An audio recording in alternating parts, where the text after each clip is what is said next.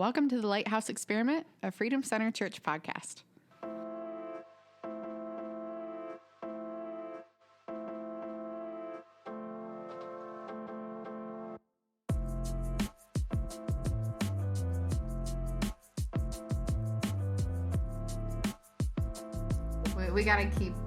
We have to have the puppy included. Oh, come here. Gladys, come here. Come here.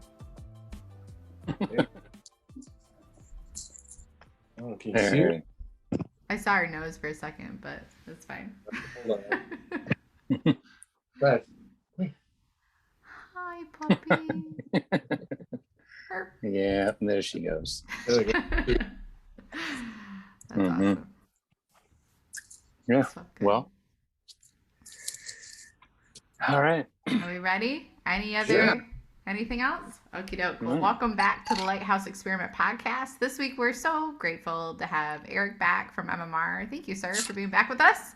Yeah. And myself, Ashley Chandler, co-host, and Jim Parkin, Chaplain Jim Parkin. So we're all back. Welcome back. Cool.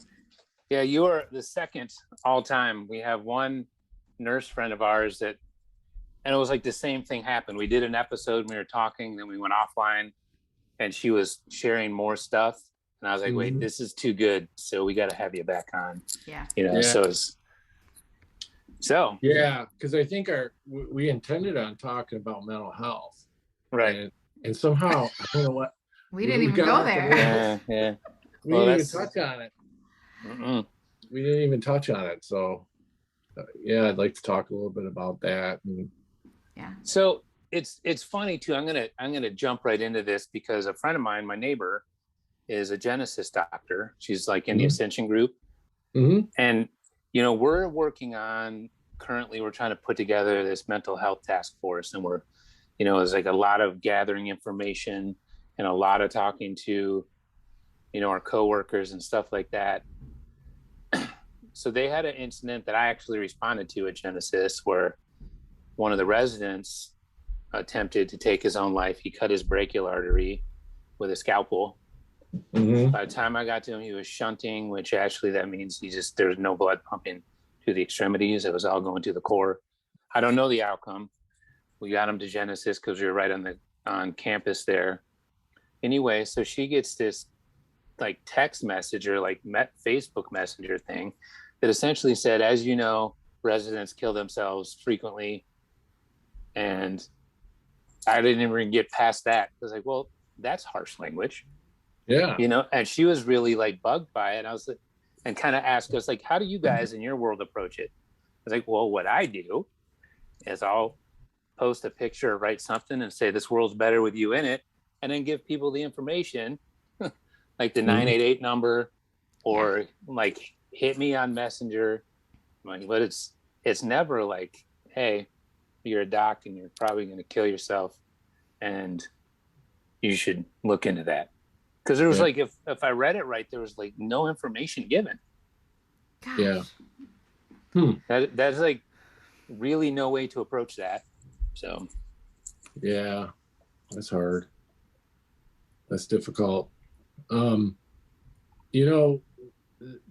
That's one of the things that we're trying to address here at MMR, is getting everybody on board and like our supervisors trained in recognizing issues and recognizing that, especially after COVID and with the amount of the extra work that we have, the shortages, the world has just changed, and people, I hate to say it, people are different. And a lot of that stress that I think that's in the world with inflation, with, people trying to pay their bills, with all the uncertainty out there, it seems to have really just exposed a raw nerve in the world.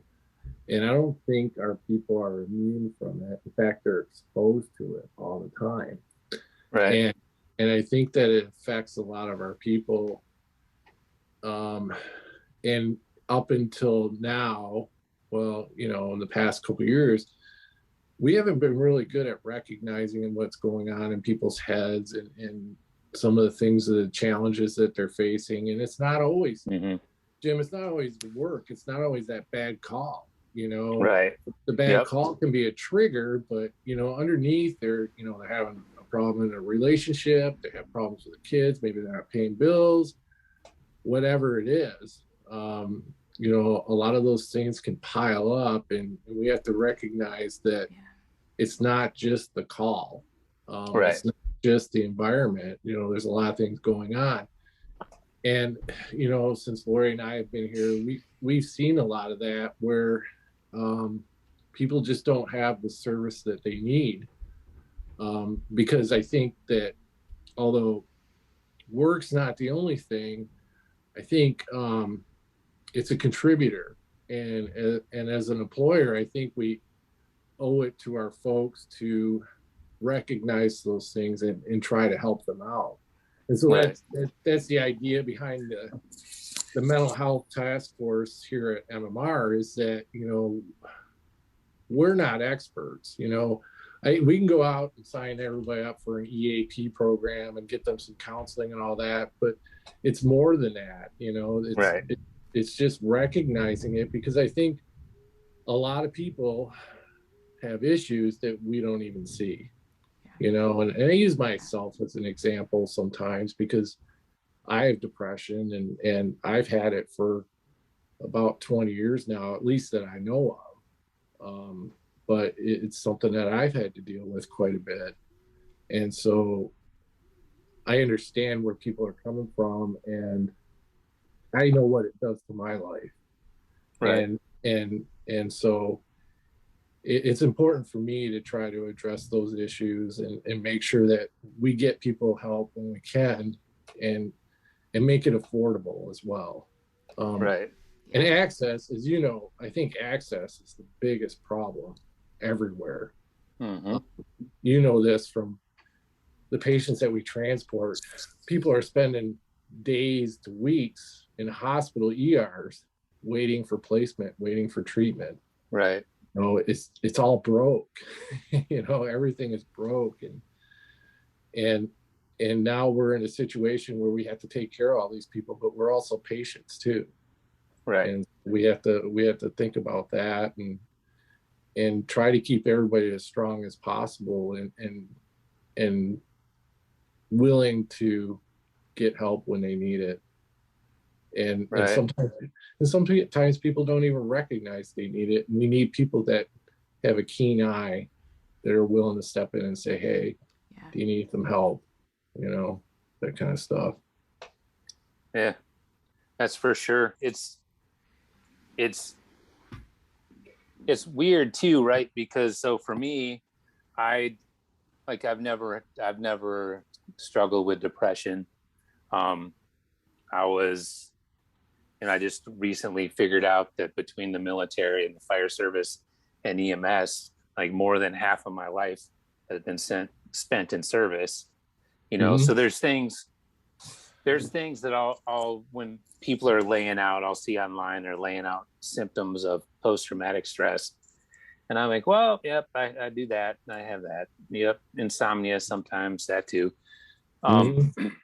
But sometimes where I don't mean it to be a hindrance for like the whole process of helping other people out, sometimes my years of doing this and my age can be a thing. It can be a roadblock, because I will find myself not considering, like you just talked about, there's other things, you know, not just the job, but then I'll watch people come in and it's been, you know, 6 weeks of their career, and then they're talking like, they're not behaving like, but talking like they're already completely burnt out, and they have all the things, and they just can't go on. And so a lot of times, like, wait a minute now, you know, like, what is this based on? You know, also, you know, I think I mentioned it a while ago in our email thread there. There's a thing where there's like a well-meaning society, and what with all the social media and people looking into this, especially with veterans and first responders, but they hand out that post-traumatic stress label. Yeah. You know what I'm saying? So people come in and I'm already told that I'm A, B, and C because, all eyes are kind of on it, and on the veteran side, the 22 a day thing, well, it's an average and it's a good marketing tool, so that kind of got taken down the wrong road, where people started capitalizing on it. And it's what's rough is that we're just barely scratching the surface of kind of peeling away the layers of the stigma of mental health. So when you have all these other little stressors coming in, it adds to what we're trying to do and to get people to open up and talk about their stuff, Yeah. And there's, personally, I mean, going through what I've been through in my own life, there are few people that I open up to and few people that, I trust with that information. And, my counselors, I have one good friend that I lean on a lot. But we, it's one of those things, Jim, you want to be conscious of the issue. You want to be able to take care of people, but you want to also respect their privacy as well. Right. And as an organization, it is difficult to navigate, when is the right time for us to suggest to somebody that they need help, or, without violating their privacy, or, it's hard to tell, are they just going through a rough patch, or is this something more significant? And we're not programmed. And I think about, some of the comments that I've heard about people, somebody's having a hard time with a call, and I hear about, a supervisor or another paramedic saying, well, just suck it up. That's life.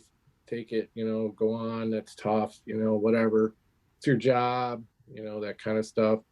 The one thing I've learned is, with my own struggle with depression, is that when you've seen one person with depression, you've seen one person with depression.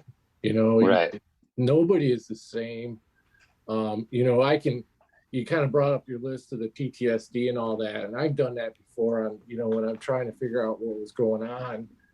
I was like, yeah, I got that one. No, I don't have that one. I don't have that one, but I have this one. And, oh, what about this symptom? And, everybody is so different. And I've come to respect that depression and anxiety, PTSD, whatever you want to call it, it has a lot of faces.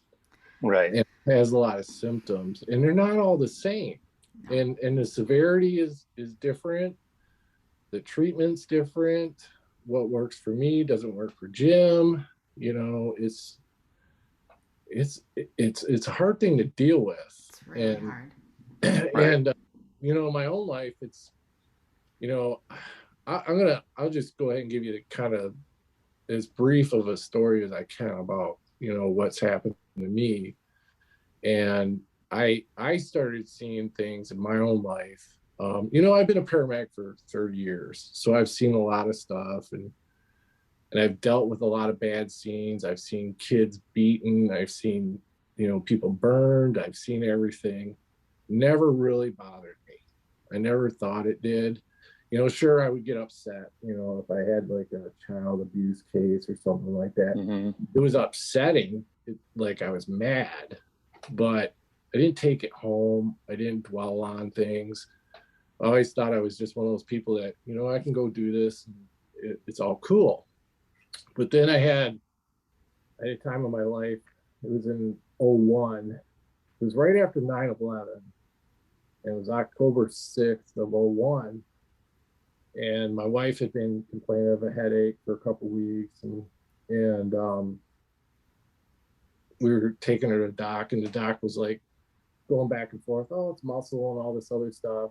And it kind of progressed for a couple of weeks to the point she had called me. I was actually on the road that day.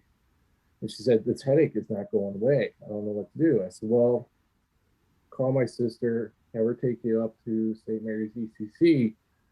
where Dr. Roller was working. I knew Dr. Roller because I was at Flight Care and I worked for him. So I called up there. I said, hey, my wife's had this headache. Can you get her CT? It's been going on way too long. And he's like, yeah, we'll do that. And so she went up there.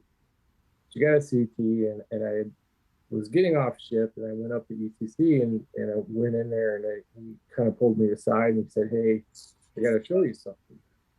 And so he takes me into the room, shows me the CT, and it's this golf ball in her head. And he's like, I don't know what to tell you. She has a tumor. And I was like, this is crazy. What do you mean she has a tumor? And so anyway, he had basically said, I don't know what we're going to do about it. Obviously she has to be admitted. They had her on Dilantin, and they didn't want her to seize. Right. They had gotten her pain away because they gave her some steroids, and the pain went away. She was pain-free when I got there. And so they were going to call Dr. Fields. I don't know if you know who he is, but he was the big neurosurgeon in Saginaw at the time. I've heard of him. He was out of town at a conference, and I had Roller call him, and he was going to fly back and do surgery on her the next day. And we had to, she had to be admitted to the main hospital. So me being me, I said, I'm not letting her go in an ambulance. I'll take her down. And I took her down. I shouldn't say this on a podcast, but I took her down in my Jeep with a pump going. I love it. Because at that time I was basically thinking, here's my wife's terminal, and so I'm not going to put her through a bunch of junk. And so we got through all this, and I'll shorten up the story a little bit on her, but she ended up with 2 craniotomies. It ended up being an abscess from a tooth that had seeded an infection into her brain, and they ended up taking it out. And I remember one of the other neurosurgeons ended up doing surgery, because when they found out it was an infection, they said, we can't wait for Dr. Fields to come back. We have to go now. And I said, okay, go ahead. And I remember the doc calling me on the phone, and they had me come back before they went into surgery. And the doctor said, Eric, take a look at her now, because she's not going to be the same when she comes out. And that kind of just stuck in my head. And so she went through that. She ended up with a reinfection. She had another craniotomy. And this was probably about 2 to 3 month ordeal in total, between the surgeries and the rehab and doing antibiotics at home. I was basically her nurse, at home for a couple of months. And I went through all that. And I came out of that, and I was like thankful for everything that turned out. She's pretty normal. She remembered who I was, and everything was cool. So fast forward about a year, and I start having these weird feelings. Like, I started where I couldn't sleep. I would wake up with like this weird diarrhea, panicky feeling, like my heart was racing. I never had hyperventilation or anything like that. I would also have these body aches and just this fatigued feeling. And I ended up going to my doctor a bunch and just describing all these feelings. And I'm like, I don't know what's going on, doc.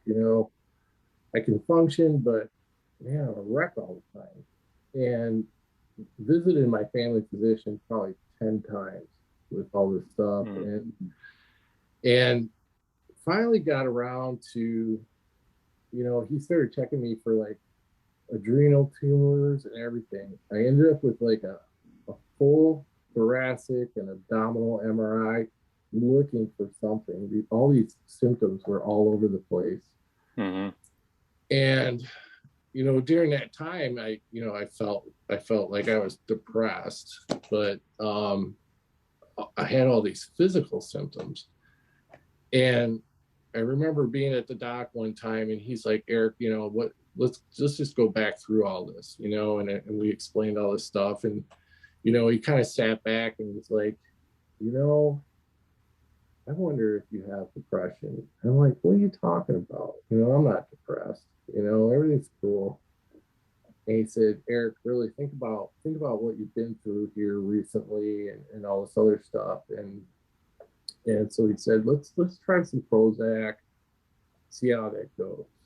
And I ended up on the Prozac. And after about 3 weeks, I started feeling better. Some of the stuff was going away. And I'm like, hey, maybe we're on to something, And throughout that whole time, I was kind of on and off certain stuff. I would get down. I would get anxious every once in a while. It wasn't a big deal. And then I got to a point in my life, I had left MMR back in 2007. And there were some traumatic things that went on during that time. And again, I started up with these vague muscle aches, body aches. I would get jittery. My hands and feet would get numb. But I wasn't. I'm not sure I understand. Oh, that's Siri. But shut up, Siri. Yeah, but anyway, I'd have all these symptoms. And they would start up, and I in the morning I would just have like this bad diarrhea, and I would sit there literally like all jittery in the morning, and I hadn't had any coffee or anything, and I'm like, what the hell is going on? And so it kept on going on, and it really never dawned on me that it was depression again. It was like something's wrong physically, and so I went back to my same doctor, and we kind of went through everything again. I had like all kinds of blood tests. Everything comes up normal. I had another scan. I had MRI of my brain. I had all kinds of stuff. Everything's checking out normal. And I remember the docs looking at me. He's like, Eric, we're just looking for zebras. I don't know what else to tell you. And so that doctor, he was retiring, and I went to another doctor and started going to him, and then same thing. I'm explaining all these symptoms and why can't, and now I'm to the point where the physical symptoms were manifesting to the point where it was affecting my family life. Like I couldn't go do things with my kids because I just felt crappy all the time. And just felt like trash, and that kept going on and on and on. Well, my new doctor, he's an internal medicine guy, and so he's used to diabetes, he's used to CHF. They like those complex cases, but they're not good at the stuff with the psychiatry or the psychology. No, they're terrible at it. And he looked right at me. He said, Eric, there's nothing I can do for you. There's nothing wrong with you. And I said, Doc, I can't. I am. I can live a day in my shoes. Yeah, I'm in constant pain. I'm in constant, distress. And so I actually said, hey, I've kind of been down this depression road. Can you at least get me a referral to a psychiatrist? Yeah. He said, I'll do that for you. So I went, and this lady, it was through Dr. Ibrahim's office here in Saginaw, and I went to this nurse practitioner. Her name was Wendy Rose, and I sat down with her, and I went through everything in my life that had gone on, and described all these symptoms and how I can barely function. I mean, there were days I would get up, Jim. I felt like I wasn't going to get through the day. I had no ambition. And I couldn't explain it. I'm like, here I am. I got a good job. Everything's all right. I'm paying my mortgage. The kids are all right. They're not murderers. Everything's cool. I have nothing to be sorry about. And I sat with Wendy, I think it was about 3 hours the first day, and went through all this stuff. And she had said, Eric, you have depression. And I'm like, what do you mean? And I don't remember the exact discussion, but she went through all this stuff and listed out exactly what I'd gone through. And she said, Eric, you got to understand your mind is very powerful, and it can rule your physical being as well. And I'm kind of like, I don't know if anybody else that has this might be able to relate to it, but it was like this aha moment where, hey, wait a minute, somebody's actually listening to what I'm experiencing, and they want to address it. And it was the weirdest thing. It was a Thursday, and we had our MCA banquet the next night. I was scared to death. I wasn't going to feel good enough to speak in front of all these people. I was that ill. I felt like I constantly had the flu, and my mind was just always like in downer mode, and to the point I was like almost agoraphobic. You know, I didn't want to leave the house. Yeah. But I had a job to do, and I kept doing it. You know, I'm proud that I was able to keep doing my job, but I was scared to death I wasn't going to make it through this presentation that I had to do in front of what I think was about 350 people. And just that session with Wendy. Now, mind you, I hadn't taken a pill that she had prescribed, but literally on the way home, I had like this feeling of, oh my God, somebody actually recognized what I have. And you wouldn't believe it. I hate to keep going back to my bowels, but the next day was the first day I didn't have diarrhea.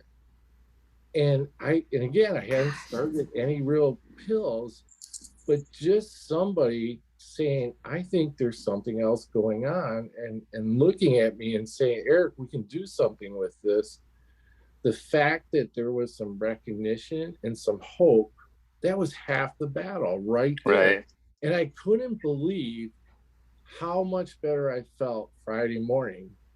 And I remember calling my coworker and talking to her about it, because she was concerned about me. She's like, Eric, how are you going to do this? I said, I don't know. I have no idea. And I called her. I said, I feel 100% better right now. And again, still not on anything, but she gave me some, it was Vistarol, which is usually, it's antihistamine actually, but they use it as an antiemetic, and also it helps with anxiety as well. And so I took some of that, and I made it through that night, and that was kind of the start of my journey with depression in earnest. Was back in like, I guess that was 2010, 2011, somewhere in there. But since, you know, it's something that I've had to deal with, and now, you know, I had the physical symptoms every once in a while. I still get them. I call them episodes. I actively go to counseling, you know, through a lot of, I've probably been on 15 or 20 SSRIs in my life. They work for a little while, then they don't. Yeah. You know, right now, I'm not on one. I deal more with the anxiety right now. I do have times where I'm depressed. I mean, there was a point in my life, Jim, where I was literally crying in my living room, and I don't know why, you know, in the morning before I have to go to work. Yeah. And the thing is that I can't always figure out what gets me into the valley, you know, because I look at depression as like huge hills and valleys.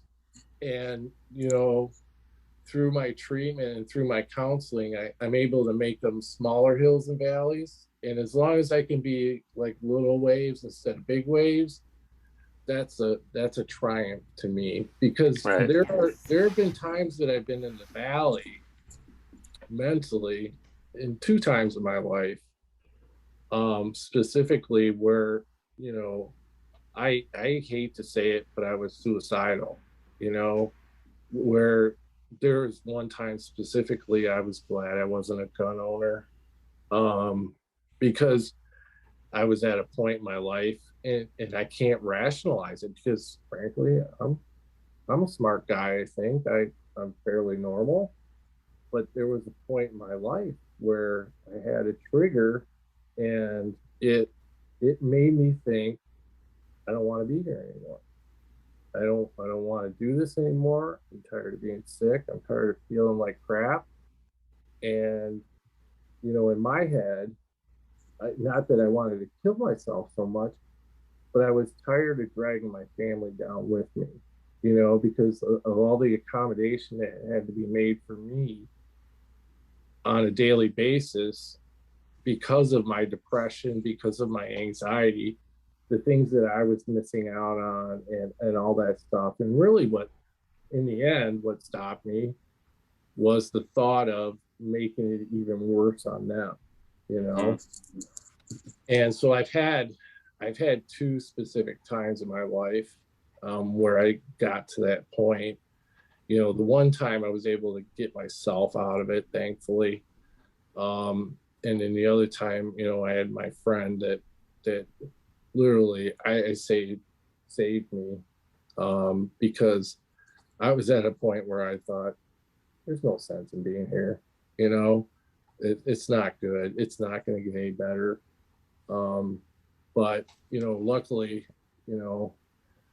I find a lot of value in that friendship, and it's, for me, it's important to have somebody, an outlet that's not judgmental, that doesn't think less of you because, I'm 6'3", I'm a pretty big guy. It's not manly to have this, Right. And that's half the problem right there. It's stigma. Right. Yeah, a lot of it's stigma. And but throughout my I call it a journey, because I've realized I'm never going to be without this, but I can manage it. But throughout my journey, I've met other people, and I talk about it every once in a while, and it's amazing the number of people that have been through a similar thing, and I never realized. Have you ever bought a car and you think, well, I got this unique car, and then once you own the car, you start seeing them everywhere. Yeah.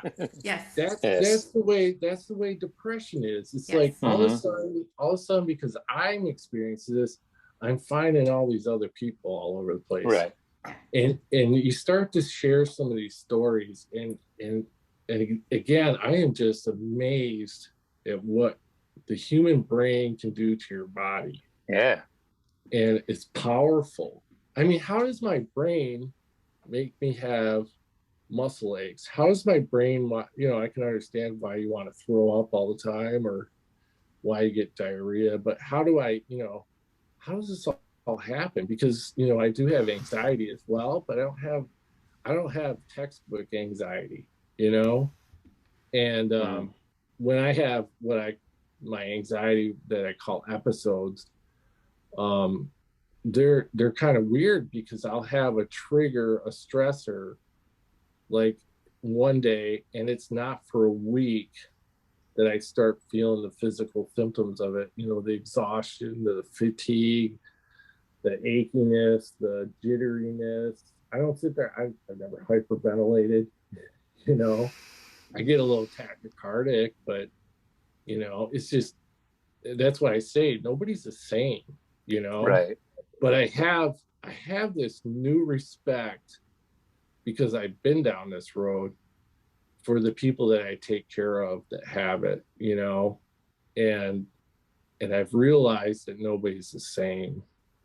And so, when it comes to work and the organization here, I'm not an expert, but I've been there. Right. And I'm sympathetic to it because, again, the job doesn't mess with me. As much as I see and as much as I deal with, I get mad at some things, but I don't get down a whole lot. Right. I think it does contribute to it.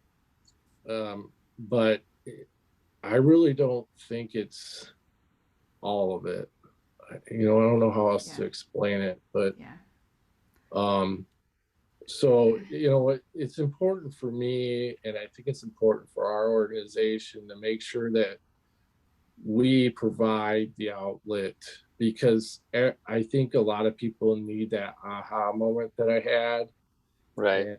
And for me, my treatment now is, it's counseling, it's my friend, it's exercise.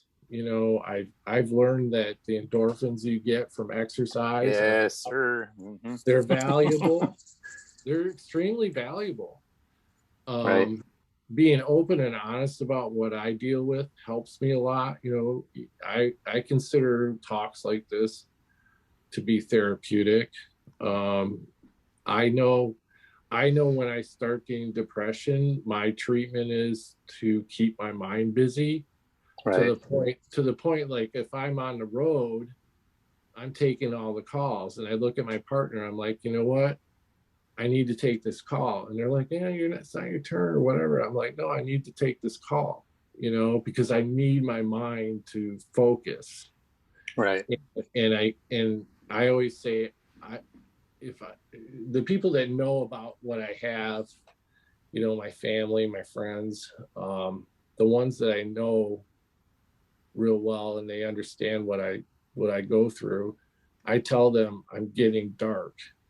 And that's the code word for Eric needs to start focusing. Right. I need to get off of the darkness, and I need to focus my mind, and I need to be active. And that's why I exercise too. My son makes fun of me because I do like an hour on the elliptical, and he's like, "You're crazy, you're gonna kill yourself." I'm like, "Nope, I'm working it out, Right. getting it out of my head, and just even that heavy breathing for me and that exertion helps." Right. It doesn't work for everybody, like I said, nobody's the same. And I found, like through using medications, like I said, I've probably been on 10 or 15 SSRIs in my life. I don't like the way I feel on them. I feel like now, I actually kind of go the opposite spectrum. I don't have any feeling, or I gain so much weight. I feel pathetic, So, like right now I'm not on any, but I take Valium once in a while right now as needed, but I'm really careful with that too, because, you don't want to have a dependence on it. And obviously I can't work if I've taken a Valium. So, right. Right. But, I think everybody's different. I think everybody has their own story, and depression has a lot of, if you ever seen that Abilify commercial where, like the lady or the guy has the face held up, popsicle stick, the smiley face, and then they pull it away and they've got that frown. Right. That's me right there. It's like I identify with that because I'm really good at being a chameleon, and I can speak and I can talk and I can function really well with a lot of bad stuff up here. Yeah. Right. And I've gotten good at it. But once I'm alone, once I'm by myself, once I'm in my thoughts, they're pretty dark sometimes. And it's hard to explain, but I have a lot of problem with self-worth and feeling like I'm valuable, and self-doubt, esteem issues. And, I think most people, if they watch this podcast and they know me, they're probably like, yeah, he's full of crap, because I'm pretty good at covering it up, Well, right. And that's like almost like a skill set, what I mean? Like, it is. It's coping. What's bizarre is like, because I've done the military, I've done this job, I rather like the idea of being expendable. I like that kind of, like, I know I matter, but within the job, within the skill set, if something should happen to me, that's just part of the job, and that's okay. And like the autonomy of it. But here's the flip side of it. I like it until I have moments when I don't. Mm-hmm. Then I feel like, well, nobody's looking, no one's seeing. I'm out here on this island all by myself. You know, like, to be brutally honest, I did that. You know, I had episodes of that this week when the podcast wasn't working. I'm like, they don't even see that I'm out here trying to do this thing, which is not the case. Right. It's just that, you know, I have the frustration of operating on a different kind of work schedule and timeline, you know? So, so I found myself super frustrated at that and feeling like, okay, nobody sees me out here doing this thing. I'm all by myself. But then in the next 20 minutes, I'm running a call, you know, and rather enjoy that we do what we do and we do it how we do it, and we have the autonomy to operate, you know. So it manifests and it looks different for everybody. I don't, like I said, I've never really dealt with depression. Anxiety, on the other hand, anxiety, especially social anxiety, like, even to put it out there even further, especially running calls at places like Walmart, you know, where they're packed. Yeah. What's cool though is that I'm as transparent as possible with that, because the deputies and the other providers in Genesee County, they know it. Yeah. They know that that's a thing for me, and 100% of the time they'll just swoop in and step up and just go get the rig ready. Yeah. But when people are like coming in around me and all the things, I get like to where I'm not sure, like you said, you get in your own head. Now I'm thinking about all these people behind me, and now they're watching me. I don't know if I'm making the right decision. And it could be a simple dose Narcan. I mean, is this Narcan? Or is it just weird things that you shouldn't be considering? But I'm so like, everybody's piling in on top of me. I just got to get out of here. Yeah. You know? That seems like it's like a little bit more of a agoraphobia type thing, or something that's making you anxious, or I don't know. But like it's very strange. Everybody's different, you know. Everybody's so different. I mean, for us, I mean, Nick has gone through. He finally, I think 2 years ago, was able to say, you know, I think I've had panic attacks since I was in high school, but didn't know what they were, and they would pass. Yeah. So I just kind of ignored it. And so we were married 14 years before I effing knew he had a panic attack ever. Yeah. Well, like, so there's a lot of, like, Jim's gotten some of these calls. You bring up a good point, because, you know, I brought up my wife's illness. I brought up, you know, the challenge I had when I left MMR last time as kind of triggers. But, you know, if I really look back at my life, you know, I could probably trace some of this back to high school and just never really understood what it was. Yeah. Right.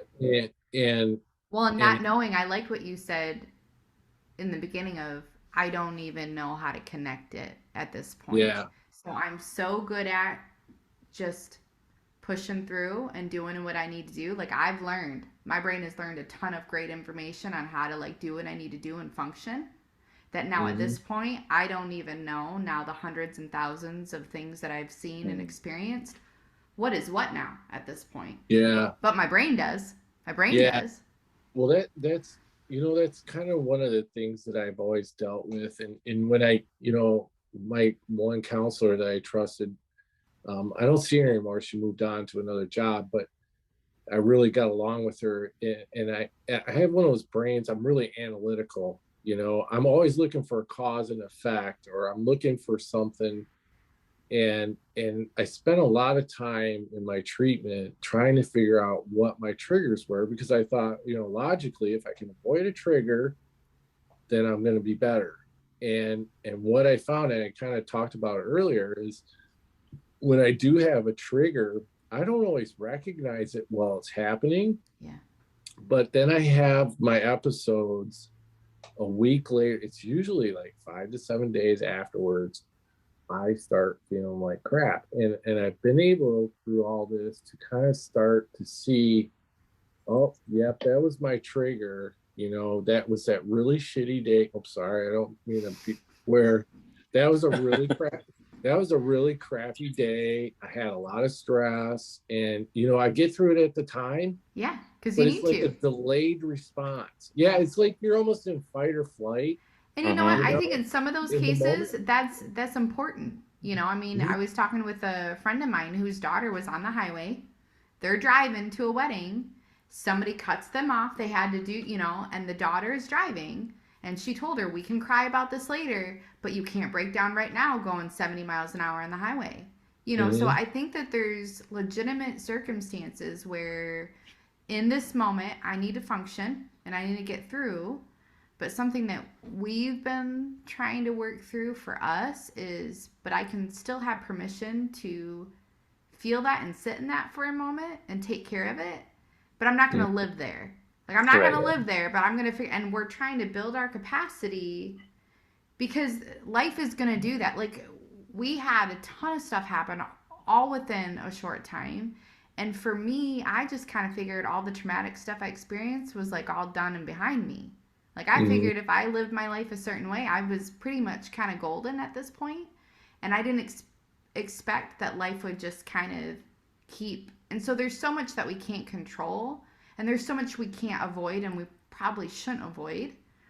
And so for, you know, us to learn in what situation and depending on what are all the things, where's my capacity. Shani has said this before. Her capacity in grief is very different than her capacity in other, you know, she's lost a lot of students from different circumstances. She used to be, I think, part of Fuel or something towards Detroit and stuff. So, I mean, just her being able to recognize my capacity to be able to handle different things is different at different times, and to be able to give ourselves space for that, because life is just not a line. It's just so, like you said, like, how can I navigate these so that it's not so, I'm not so manic for all this stuff. But even, I mean, this morning, I'm at work, and I'm like, I'm starting to feel this in my chest, and I have no idea. And I was able to look at my boss, Sylvia, and be like, I'm really wound up, and I have no idea why. Like, can I run us an errand? Like, there's something we need from Target. She's like, yeah, absolutely, go do it. So I called Nick, and we were able to have a conversation that helped. I don't know if it was all of it, but I was able to, like, at least talk through it. And that was something that we wouldn't have done years ago. Right. You know, so just the fact that and Nick went through so much of the physical stuff that, you know, I was kind of like, if Nick could just fix his life, then I'm fine. Nick's the one that needs to figure out how to manage stuff, you know? Right. But it's affected now both of us differently. And then I think part of what we've been walking through is, well, now I've kind of held off saying things or sharing how I feel about stuff because, well, I don't want to add extra pressure to him. So now we're just navigating all. It's crazy. It's a lot, you know. You bring up one of the hardest things for me in having depression and being down is recognizing. I always say I'm an anchor to people around me, and I have guilt because I recognize that when I'm bad, when I'm depressed, or when I'm having the physical symptoms, it kills me inside to know that I'm affecting the people around me that care about me.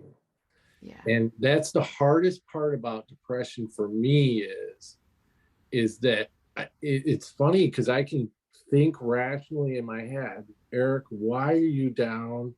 Why can't you figure this out? You've got a good job. People respect you.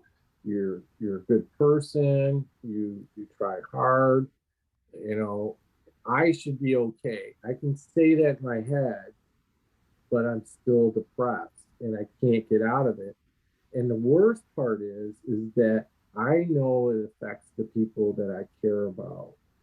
And well, here, let me ask you your opinion on something. Because is the goal to perform at a certain level all the time, or is it to exist as a human being and feel all of the breath, like to feel anger, to feel sadness, to grieve things? I mean, I think that's one of the things that hit me a few years ago when my brother, we lost him in a car accident, was that crap.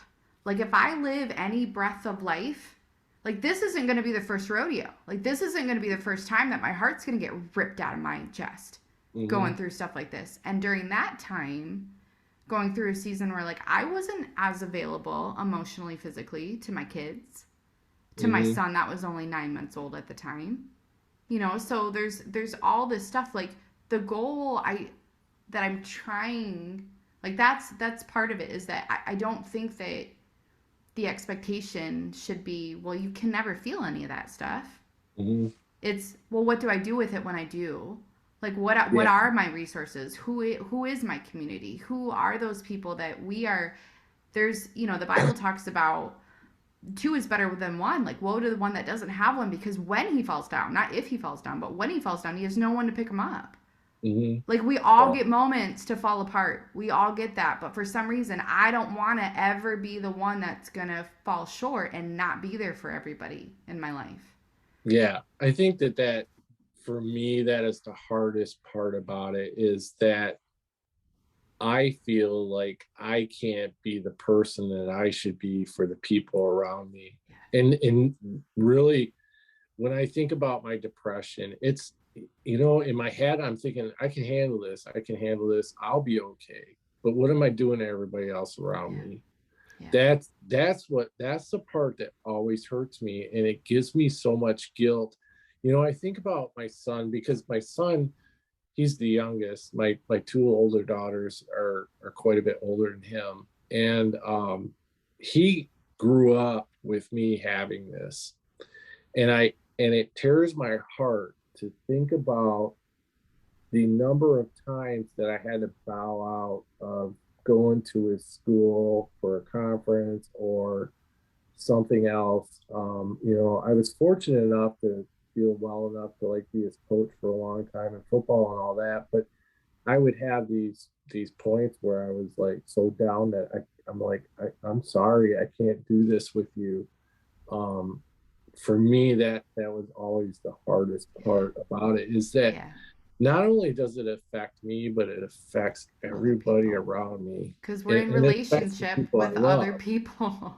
It affects the people I love. And to the point where I, at times, and this is, you know, the second time that I considered, you know, not being around anymore. It was to the point that I was so ashamed and so fearful that I had worn everybody out. You know, to the point that they couldn't handle that anymore. And that's why I felt like I didn't want to be around anymore. I'm tired of being everybody's anchor. And, you know, it's kind of amazing that you can, I always amaze myself that I can get through a day at work. I can get through a shift on the road. I can do all this other stuff. But when I'm alone, when I'm alone with my own head and my thoughts, I fall apart sometimes. And I can't predict it. I'm still not 100%. I can figure out some of the triggers. I know I recognize it a lot faster than I used to, and I can, you know, deal with it. But I've come to the conclusion through many years that this is a lifelong thing. And like I said before, everybody's different. I've tried so many different things, but I've realized that everything I've tried lasts for a little while, and then it seems to go away. And then I have to find something else. And so it's always constantly an evolution for me.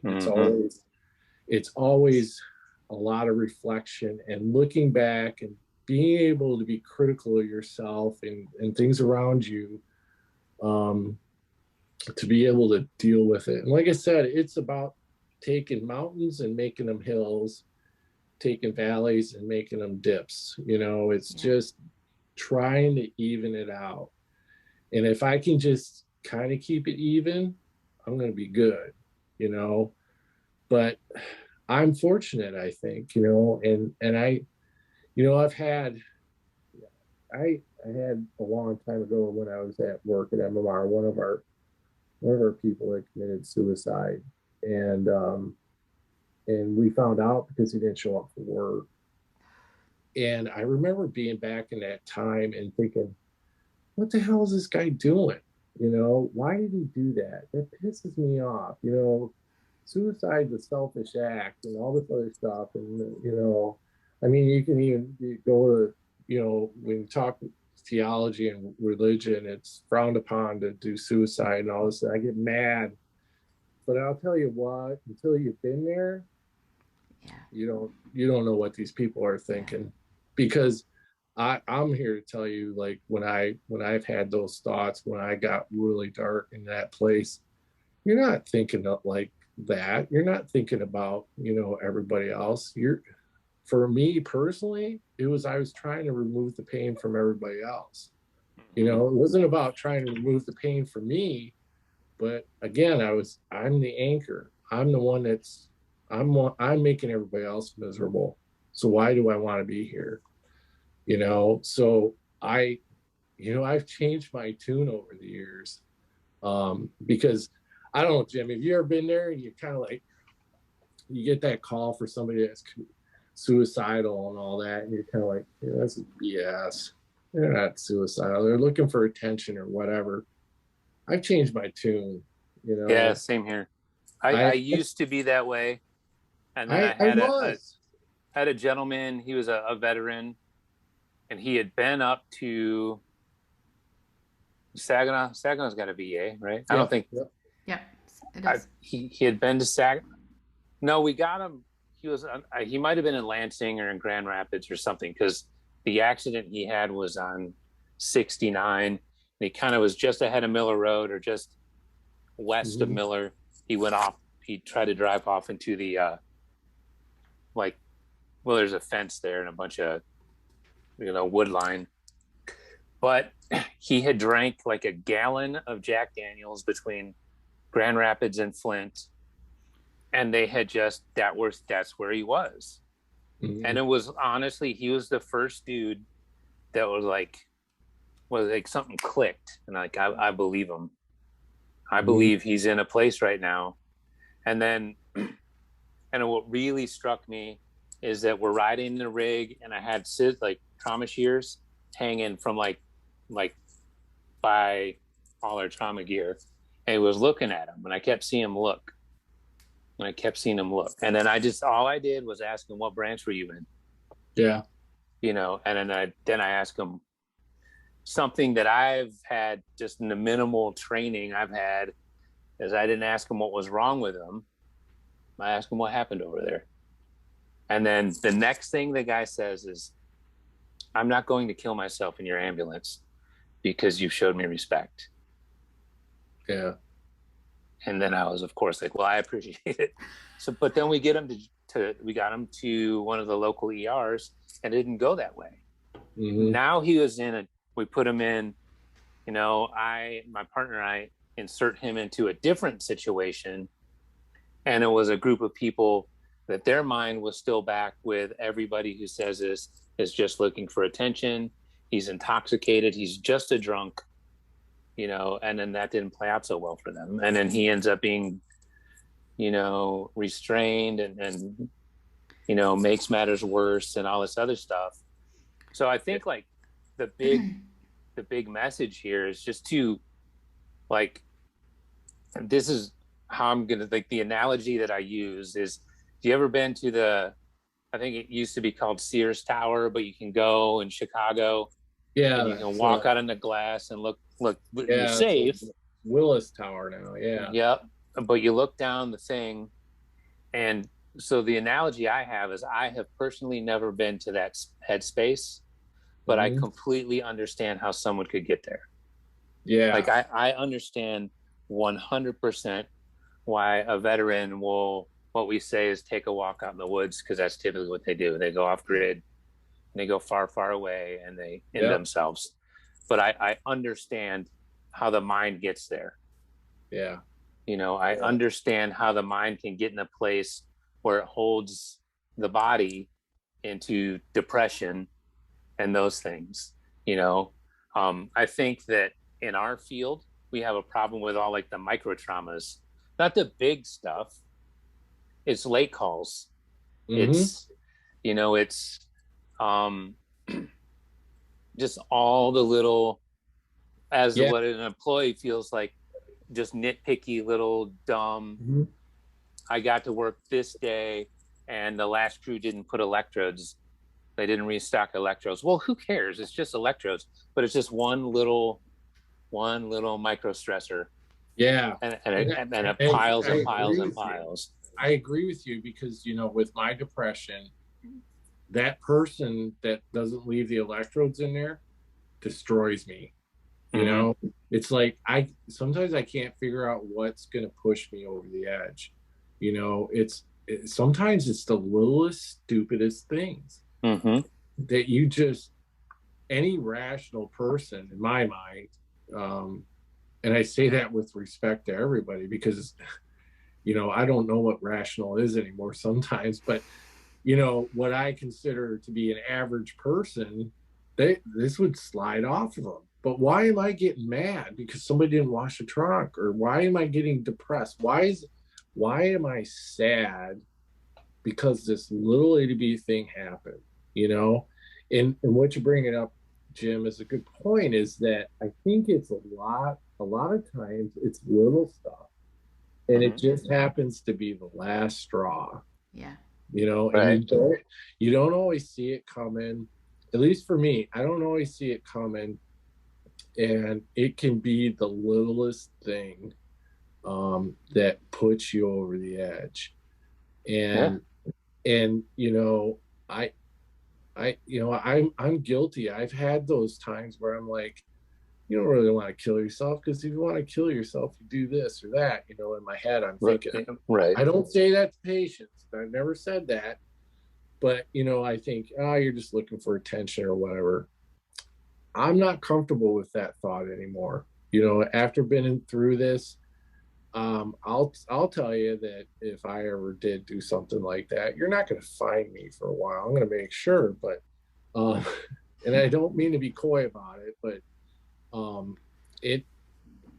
the fact of the matter is I've got to respect that everybody has a different way of processing things. And frankly, I don't know who's full of it. I don't know who's looking for attention. I don't know who has a serious problem, but I know enough in my life that the people that take care of me are going to make a huge difference on whether or not I'm successful in my illness. Right. And so I vow to myself to treat everybody with respect and take them at their word and try to help.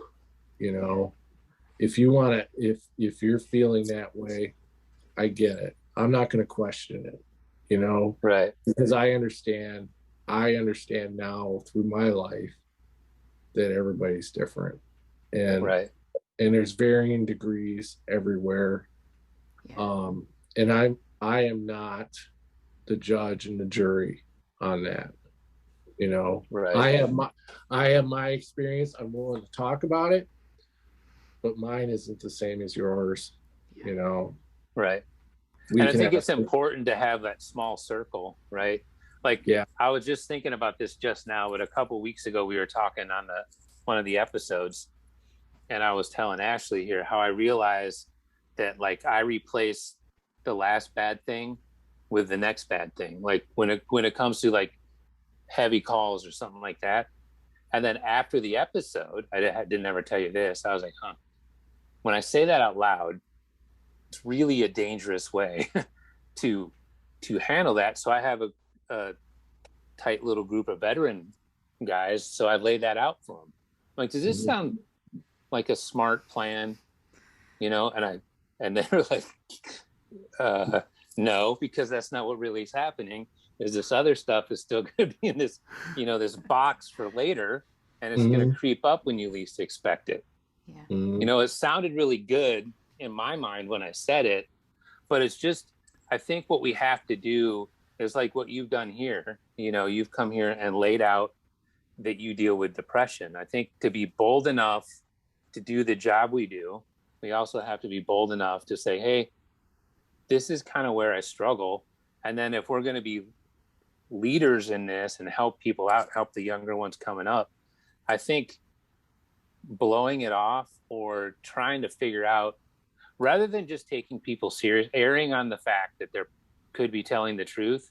Yeah. You know, I think that's always going to be better than trying to split hairs or pick out who's just trying to get out of a shift or who just wants attention. You know what I mean? Because like, I don't think I don't. Yes, because I think that we kind of talked this a while back, like just, I had thrown out this idea of like just a line of stress kind of manifesting more and more into trauma, and it's all kind of like on one like line. And so to some degree, I don't think that there's normal people and then people that deal with stress and depression. Like I think everybody's dealing with these things to some degree. And so for you to make those statements, Jim, a couple weeks ago, and then to reach out to your trusted people and be like, wait a second. Because here's the thing, like I have not been as self-aware as I would like to be. Like every time I like have those aha moments, I'm like, dang, I was thinking all that for a long time, thought I had all my crap in a row and had it all figured out. And now I know better. Now I know more. Now I know a little different. And so I think that that's really helpful to kind of give ourselves some slack of like, oh, okay, I'm kind of figuring this out a little bit more.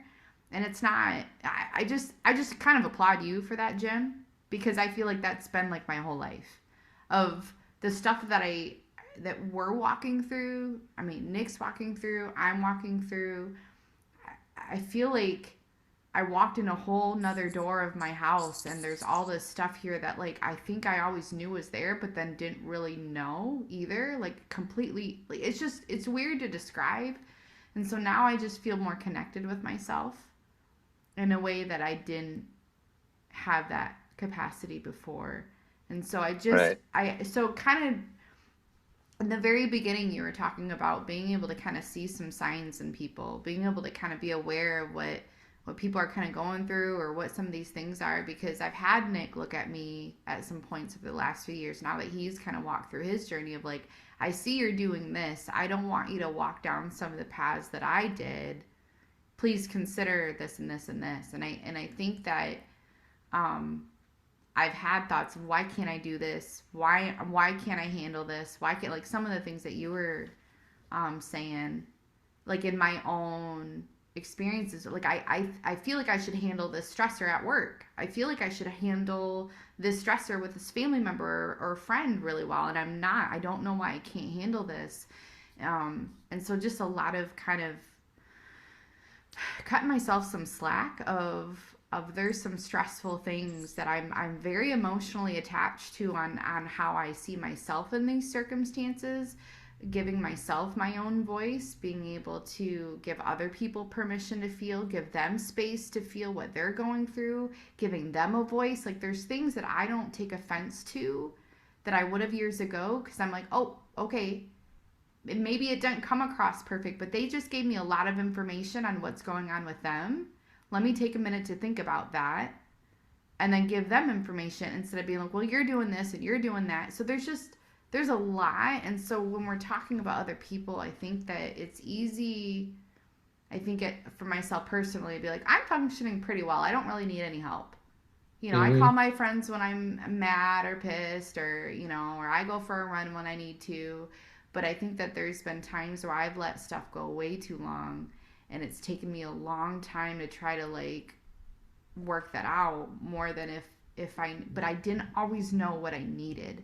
And so I think that part of the stigma of this and part of the work of this is letting people know this isn't just go get help because you're at your wit's end. Like, let's all as people learn what is healthy for each of us, mind, body, soul, spirit, like how, like we're all so connected in this thing that we walk around with, to figure out, like I'm getting better at knowing, depending on what's going on, I'm getting better at knowing what I need.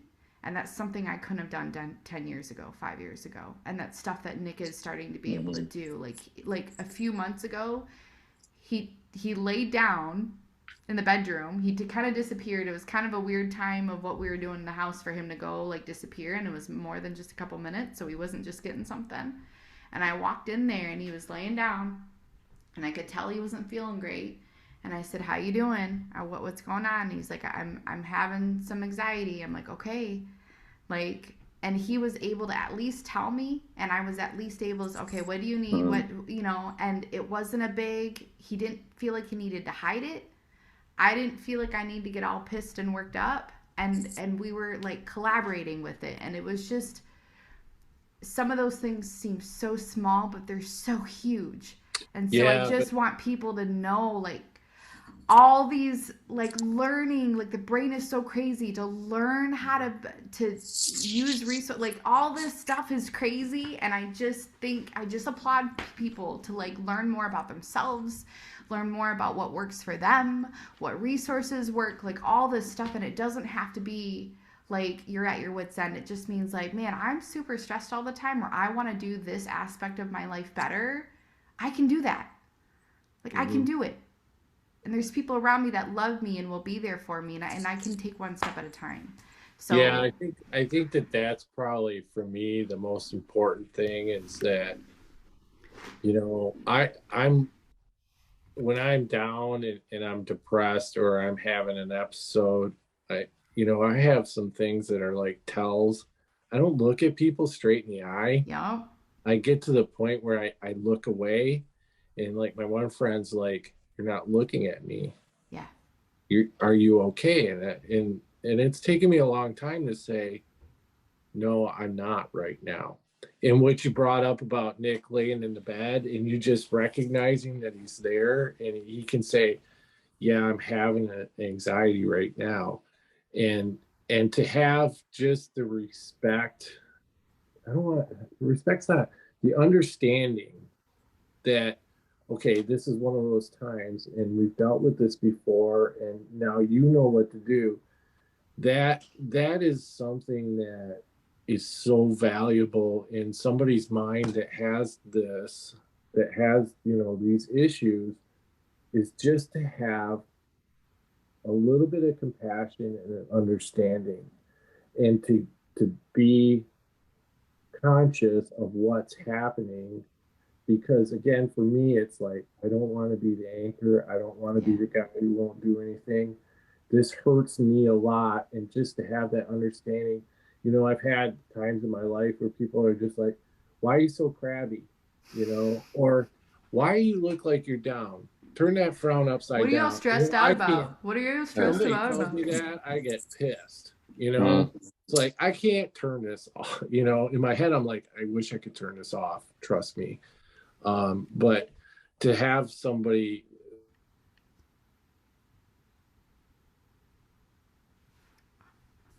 what's going on and you've learned how to deal with it and to not it's every day. I'm going to tell you, right? Because it's hard when you've been planning something for weeks and then here's the day and now this is like, I've had those weeks of you made it through work all week, but now for the birthday party or for the thing, like this isn't important enough to push through. Like, I mean, and that's been really hard. And we went for months. Like we went for probably almost a whole school year where I did all of the driving with the kids because he was really freaked out of having an episode while driving with kids, you know? Yeah. So now all this is on my shoulder. Oh, okay, well, I can't have a crappy day. You can have a crappy day, but I can't, because what happens if we both have a crappy day? Right. Like, yeah. But what you bring up is a good point, because I've been there where I've told you, I've lost time with my son and stuff. And, you know, the guilt that comes from that is almost like perpetual, and it's like snowballs. Yeah. And then you start thinking about, oh my God. And I've had those times too, where I go through an entire week of work I'm fine. The weekend comes, I got plans, and I cancel them because now I feel like crap. And that is so hard. It's hard to try to plan your life around all this, you know, and you want to be part of things, and you want to participate, and you want to be with your family, you want to spend time with your kids, and then boom, it hits you, and it gets destroyed, and then that makes it even worse. That amplifies everything. And just having, I found just having somebody that understands means the world to me. And you can't disregard that, and you have to value that, because I think it's rare to have people that understand or that will tolerate it sometimes, because it's not I can't flip a switch. Yeah. You know? Right. It's not that way. So, you know, like when it comes to work, this type of stuff is real important to me, because I've been there. I feel like I have a little bit to offer, but again, nobody's the same. And we all have different issues, and, you know, some people are really good at handling it, and some people aren't. And we're just human beings, and we got to understand each other. You know, we have to understand each other. The mind is a crazy thing, you know. And I'm one of those, I'm kind of a science guy. I like to have lab values and all this other stuff. We can't measure those chemicals in those brains, you know. We can't. And a lot of addressing these things, like I said before, being on so many medications or trying so many things, you know, like calming techniques and all these apps and clearing your mind, deep breath, all that other crap. You know, a lot of the treatment and a lot of addressing the issues, it's so personal and so individualized that you spend your life doing a lot of trial and error and figuring out what tends to work for you. And like I said before, it changes too. But the people that I've talked to, you know, that I've seen, you know, there's been some people in my life that have some depression and all that. I tell them, you know, and when they're down and when they're way down, I'm like, start working on this. Start getting some counseling, and start talking to your doctor. Start involving your family, and do it now while you're feeling down, because I'm going to tell you, in 2 days, you're going to feel a little better, and you're going to say, no, I'm all right. And you're going to be able to deal with it. Right. But I'm going to tell you, that's when you're at the top of the hill and you're feeling better, but you're going to get back in the valley again. Yeah. And so I always, you know, I tell people it's all cyclical for me. And I go up and down, and I have to recognize when I'm starting to go down, and I have to do the things that I have to do to feel better. And sometimes, you know, I see people perpetually having issues, and they keep having them. I'm like, you gotta get the ball rolling, get to a point where you have the resources at hand, because this is going to happen again. Don't ignore it, you know. Right. And I think that's the hardest thing for people sometimes, is just getting to the point where they can start getting the resources lined up, because, you know, mental health in America and the world is just broken. You know, well, right. It takes you weeks to get into a counselor, if you can at all, you know, or your insurance doesn't cover it, or whatever, you know. Having things lined up so that you can address the issues you're having are important. And it took me years to actually go and see somebody, you know. Yeah. And I think of all the years and the time I wasted without recognizing what I had. it boggles my mind. Nick was absolutely convinced it was something physical. Yeah. Absolutely. I mean, we argued about it for years. I'm like, and the first doctor we went to diagnosed him with Ballerson migraines and gave us a whole list of potential allergens. Yeah. And so that I was trying to like, oh, it's all food related. It's all food related. And he'd be good for a few months and then like go right off the train again. And it was just like, it was just years. Yeah. I went down the road. I was convinced I had cancer. I was convinced at some point I had like leukemia. What's the one that you get from a tick? Lyme's disease. Nick was checking to see if he had Lyme's disease. I did that too. I had, because of the job, I had an HIV test. Yeah. Because I'm like, why am I getting? I would literally get blotches on my skin or hives sometimes. Yep. And it's like crazy. You're like, there's that immune system, man, is just freaking out. Yeah. Well, I bought myself a colonoscopy, they were checking me for celiacs. Yeah.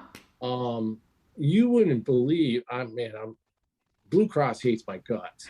But it's not funny. It's not funny, but it's like, no, it is. Just tell me, like, just give me a reason so that we can like go on to like plan of care. Well, and that's the thing is that that's my head is logical, and so I'm always looking for the definitive answer to why do I have a body ache? Why do I have a rash? I'm doing the differential diagnosis in my head, and I'm looking up stuff. And literally I would get to the point, I'd look up something. I'm like, okay, I got this today. And I do the Dr. Google thing, which you shouldn't do. Oh yeah, it's the worst. And the next thing I've got some sort of hereditary malfunction or something like that. I have a gene that's mutated or whatever, and it's crazy. And I always, I've said it before here, I am so amazed at what the human body can, or the human mind can do to your body. It's amazing that your head can manifest physical symptoms the way it does. And one of the things that we've gone over multiple times in like our training for the Safe House, that will hopefully be opening very soon, is that we're gonna have kids coming in with a lot of behavioral, like all these responses, their nervous system, all these things. And so instead of getting so angry and overwhelmed, like be able to celebrate the fact that they learned how to survive, and because of that they're here today. And so as one of the extreme examples that we could look at, like, yes, let's celebrate the human body, the human brain of, okay, so you're experiencing this and this and this right now, but you are so amazing. You got here today. You figured out, like, you've experienced all the things that you've experienced. Like, let's celebrate that for a second too. Like, yeah, let's get to all this stuff, but also like give yourself some space too to like, you're amazing. You're pretty dang amazing too. You might be a little of a wonky pain in the butt right now, but like, it's just amazing. Like, I really am getting so much more of a respect for what people have been able to endure and get through and manage and all the things. And it's really, like you said earlier, like just compassion for each other, compassion for people, giving people space. Like, I don't need to be in such a rush anymore. Like, I can give people space. Like, I'm going to be late for the thing. Okay, but someone needed 10 minutes, half an hour to talk. Like, and that's some of the stuff I'm learning too. Like, we were always such in a rush because the thing was so important to get to and do all this stuff. And it's like, our relationships need to be okay. Like, we need to be there for one another. And if we need to take a minute, like, because now what we're seeing is that now as we're coming down and figuring out how we're managing and navigating these things and our stresses and all this stuff, like, our kids are actually coming down from this performance level of like, I gotta function, all this, and we're able to now continue learning as a family, helping to teach them, like, hey, we're going to go through stuff. Like, let's do the best we can to equip you with how to navigate that. Like, we're here for you 1,000%, you know? So there's all this other stuff that I wouldn't have ever considered being a blessing of all this stuff. And now we're actually learning how to really be there for each other in deeper ways, like really crazy cool ways. And that wouldn't have happened if we were able to just keep going and keep pushing through and not having to, like, if Nick wouldn't have physically hit a wall, we would have kept it on, you know, like would have kept doing our thing. And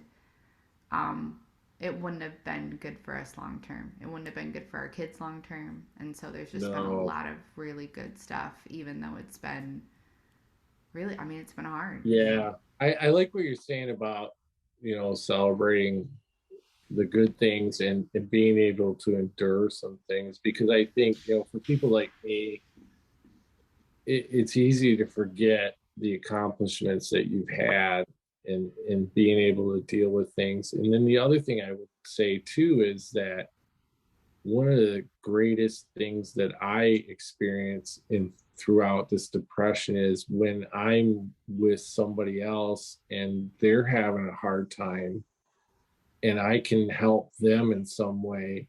For somebody that has the self-esteem issue that I have and the confidence issue and always feeling like the anchor, for me to be able to help somebody else and talk to them and let them know that what they're feeling is okay, and it's, you know, to some extent it's natural, you know, because we are all humans. And we all suffer from confidence and issues, and we suffer from some anxieties and all that. For me to help somebody else out is like the greatest reward I can ever have sometimes. And I have friends that, you know, they're like, oh man, I know, you know, I'm such a bummer, or I'm sorry for feeling this way. I'm like, no, it's okay, man. It's okay, because you're helping me, you know, because it's that whole cycle, right? It's that it's what we call each one teach one, right? It's that it's what I like to call in the post-traumatic, you know, the PTSD, we call it our post-traumatic development, right? We've been through that. And for those of us who've lived in that, for you with depression, you can flip it into like your superpower. So now you know what it feels like and you know how to recognize it. I don't, but you do. So when you have somebody coming through, whether it's just somebody in your life or one of, you know, a paramedic or an EMT, you already have that knowledge of that. I can see somebody going through other stuff. I can walk through with these like young marrieds, and I have guys tell me, you know, I don't know what it is, but I go to the store and I'm having a hard time, and I can just say it for them. Picking out cereal? Oh, I know. I can do a million calls and know what to do in all these situations. But as it turns out, there's like 100,000 different kinds of Cheerios. And now I find myself staring at it for like 45 minutes, you know, and it's so all of us, we go through these things, and especially those of us who, like, not to age us both, but are in the autumn of our careers, can kind of come up and help these people. Summer. Yeah. Right. I like that better. But I think that's what, like, the key thing to, especially for our organization, for MMR, is to look at it from that perspective when we're building this plan, for this mental health task force. Is like, you have the gift of being able to spot what you've already been through. You know, I have the same thing. I can spot what I've already been through. Same with Nick, for you, Ashley. And it's like that whole component of it is I think that's a key component in moving forward. Yeah. Jim, I think I could probably spot somebody that's like me, but again, not everybody is. Right. And I think just generally having a respect for the variety and complexity of all of this, is something that I think is valuable, because right. You're bringing up the cereal thing. It's kind of, I think about it and I think about all the trivial thing. How many times can I go through, terrible calls? How many times can I go through stress at work? And, I think, oh my God, everybody's going to quit MMR. They're all going to go away. And I'm going to fail. I get through all that stuff. And then I have that little itty bitty challenge and I can't get through it, And, oh yeah. It like your cereal analogy, you should be able to pick out a box of Cheerios, for crying out loud. You know what I mean? Right. It should be. Yeah, but it isn't. It's difficult, you don't know what those are. So just having a broad respect for the different varieties of things where, it's like I tell people, like when they're going through paramedic school, I'm like, the entire book is black and white, but the world is gray. Yeah. You've got to be able to distinguish different shades of gray, because nobody looks like the book, Right. Yeah. So that's perfect. That is mental health right there. Yeah, I apply it to almost everything. Like I said in the beginning, once you've seen one person with depression, you've seen one person with depression. Yeah, right. That's good. You haven't seen it all. I like that. Nobody looks like the book. That's 100% true. Yeah. So I will tell you this, I will share, speaking of the micro stressors and how it can kind of drag you down and cloud your vision. Like, it's funny too, because just prior to me coming to MMR, we did an episode and Ashley was talking about that kind of part of stress, of the little things. It can even be a job and it's piling up and piling up and piling up. And I didn't realize that I was living that until I left Swartz and came to MMR. Like, I had no idea. Like, I didn't know that I felt undervalued, but I might have. But then you come into a space where, like, I know for us in Genesee, if we have a call that's above the normal level of bad call, I know our supervisors are checking on us immediately. I had that call I spoke of. It was pretty bad at Genesis. And the first thing that happened was, are you good? Are you okay? I had another paramedic it was a situation where I was already on a call. So I didn't get a call. They just flagged us down. So I went and helped them out.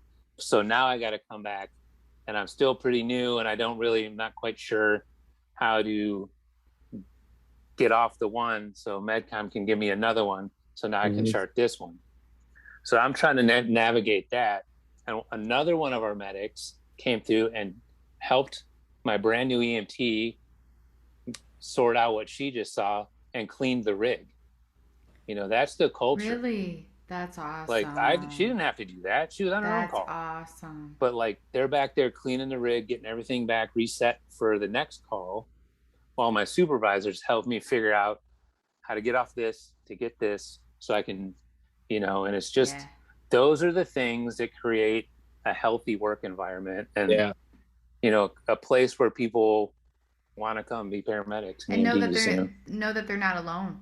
Know that they're not isolated in these experiences, and people are going to show up for them. That's huge. And I'm glad to hear your story, Jim, about that, because that's exactly what we want. Is not every. I don't want everybody to think that if they listen to this, everybody has depression, everybody has anxiety. That's not true. Right. That's not true. Absolutely. But sometimes just the fact of the supervisor checking on a crew because they know they might have a hard call, that you remember those things, and that's the appreciation. You might not need anything, but just somebody recognizing that you went through something, it is like huge. And it's something that I wish we were better at, not only as an organization, but just as an industry of, hey, I know you had a hard one. If you need something, let me know. you know. Right. Not everybody needs a CISD after a bad accident. I don't believe that. We all process things differently, but just to have it, and that's the goal, I think, of the mental health task force. Is it's not so much to push people into counseling. We don't want to have everybody going to counseling and all that stuff, but we want to have it. We want to have it so that it's okay, and it's okay to talk, and it's okay to be able to say what's in your head and what's on your mind, and it's about being conscious of the things that potentially are out there. Right. We're not trying to commit everybody. We're not trying to, as an organization, we don't really want to know your personal business. That's, unless you want to bring it out. But it's like a culture shift, right? Yeah. It's like, in this case, I have talked to people, because that call, that did shake me up a little bit, seeing that dude bleed that much. And so, but the good thing is for me to be able to talk to people, and multiple colleagues, then that young one is like, okay, old dude who's probably seen that 100 times is okay with saying, hey, that was in my head for a couple of days. That was bad. Like, that was rough. So now for them, maybe, just maybe, they're like, okay, it's okay for me to open up and say this shook me up. Because if we're offloading all that stuff, then it piles up on us less. Yeah, exactly. And then you don't know what's going to be the Cheerios moment for you, Right. I'm going to use that. I hope you don't mind. I'm going to use that. No, it's a good analogy. But yeah, I think we had to get to the point where it's just okay to say I'm not okay. Right. And leave it at that, and then decide, as an organization, what can we do to help, and just recognize that it's out there. Again, not everybody needs a CISD debriefing. Not everybody needs counseling. Not everybody has depression. Not everybody's, anxiety, but just having it available and having it be okay to say something. Yeah. Right. We don't want to push it on people, but we want it so that if they feel like they need it, they know where to go. Absolutely. That's the point of it all. Right. So well, outstanding episode. Thanks for coming back. Thanks. It's a big deal. It's I was talking to one of our alternate soups, and we were both agreeing it's a big deal for you to come on here, because people who work at MMR will hear this, and they'll be like, okay, he's not just our boss, he's a human, and he has human things that happen. I think sometimes in kind of a work culture of, there's management and then the rest of us, for them to hear that, the management team they're also humans. They also have other things that happen. Just, really, you coming in late is not the worst thing that's going to happen today. And that sort of stuff. So I feel like this is a big deal. So again, thanks for coming back. Yeah. No problem. Thank you, Eric. No problem. Really, thank you so much. Absolutely. I will share with you that this podcast was my way of journaling, going through. We were talking about things to cope. I used this during the pandemic, during COVID. Yeah. When Ashley and I decided, like, no matter what happens, every single week, I'm going to basically tell you what's going on out there, just so I can say it, just so I can, bring some content. So. Yeah, it's coping, Yeah.